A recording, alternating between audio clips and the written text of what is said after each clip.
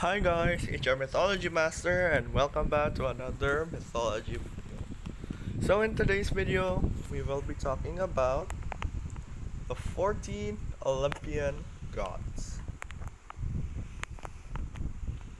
The Olympians are the main deities of the Greek pantheon.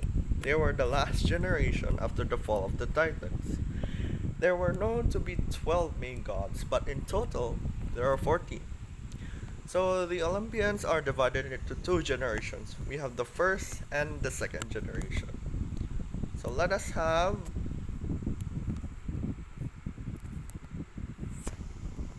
the first generation.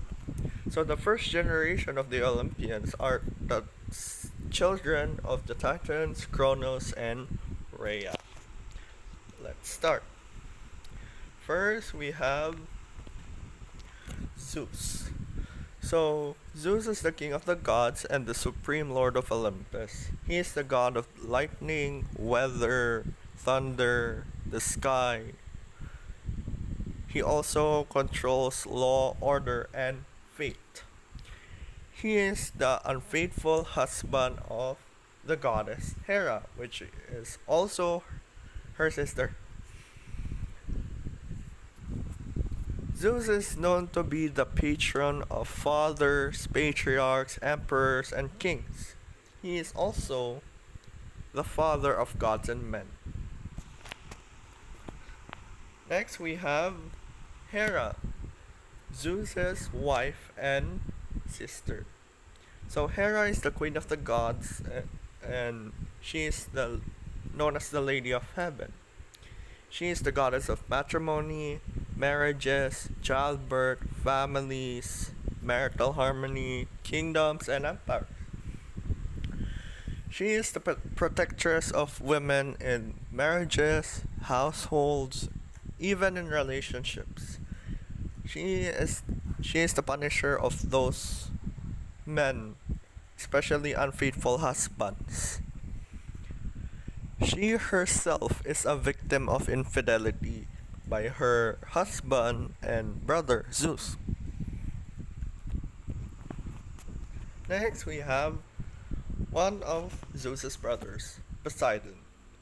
So Poseidon is the god of the sea, earthquakes, floods, droughts, waves, the ocean, and also horses. He is the patron of mariners, seafarers, and fishermen. He has a weapon which is called the trident, which he uses to create tsunamis and earthquakes. He is the husband of the nymph Amphitrite, the goddess and the queen of the sea. Next we have Hades. So Hades is known as the god of the underworld, god of the dead, and also the god of riches.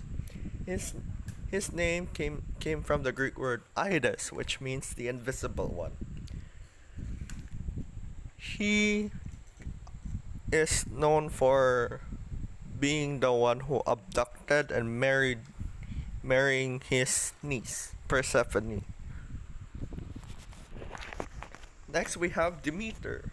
Demeter is the mother goddess of agriculture, harvest, grain, and crops.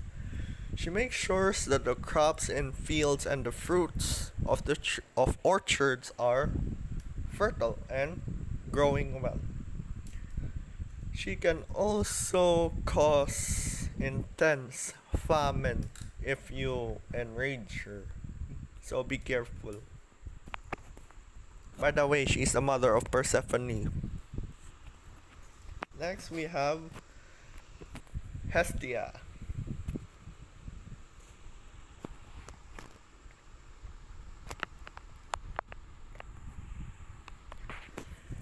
Hestia is the virgin goddess of the hearth and fire and also of the home.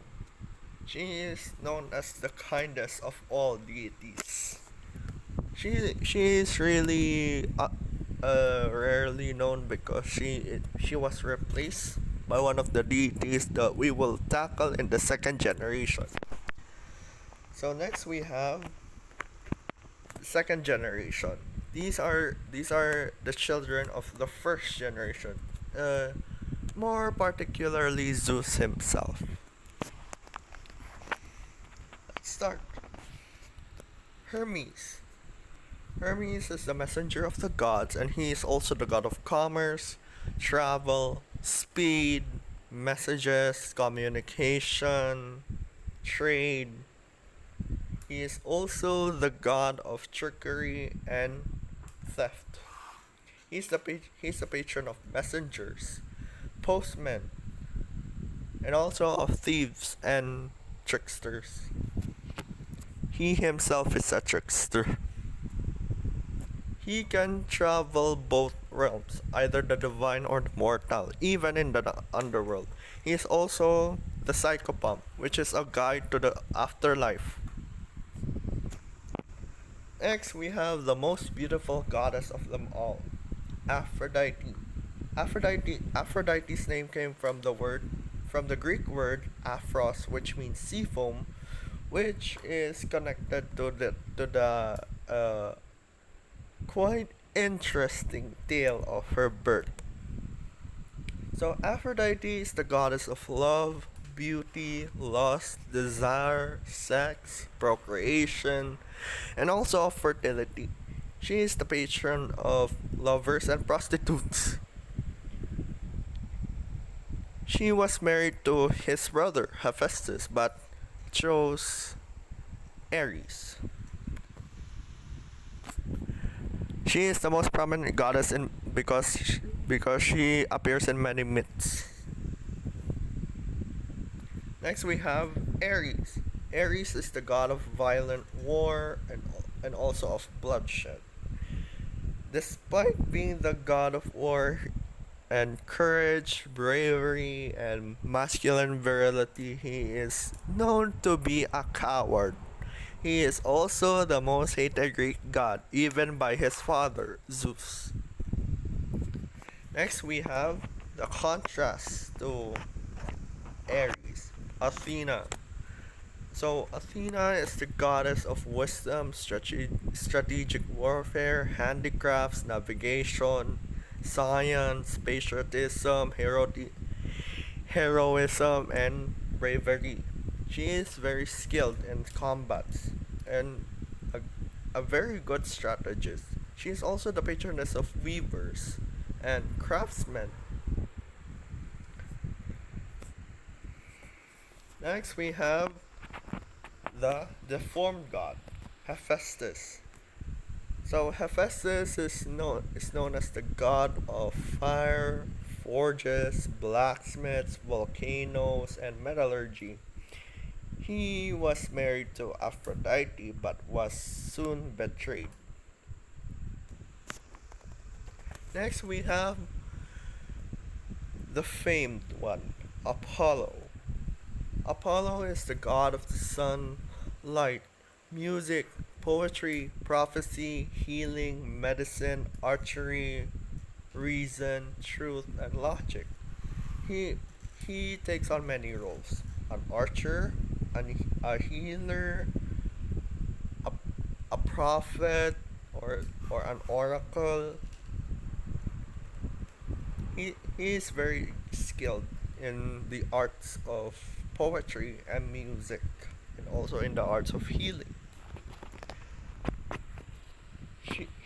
Apollo has a twin sister named Artemis, the chaste one.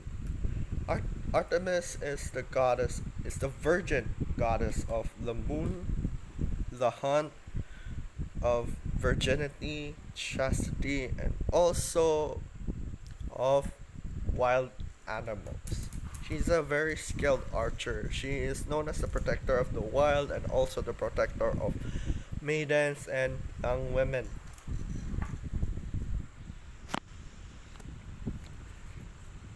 Last but not the least, we have the life of the party, Dionysus.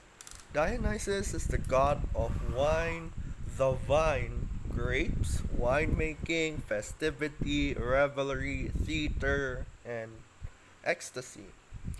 He He is known to be the one god who replaced Hestia in the pantheon. That's why there are 12. And also, I forgot to mention, Hades is not considered an Olympian because he resides in the underworld, rather in the court of the Olympic gods.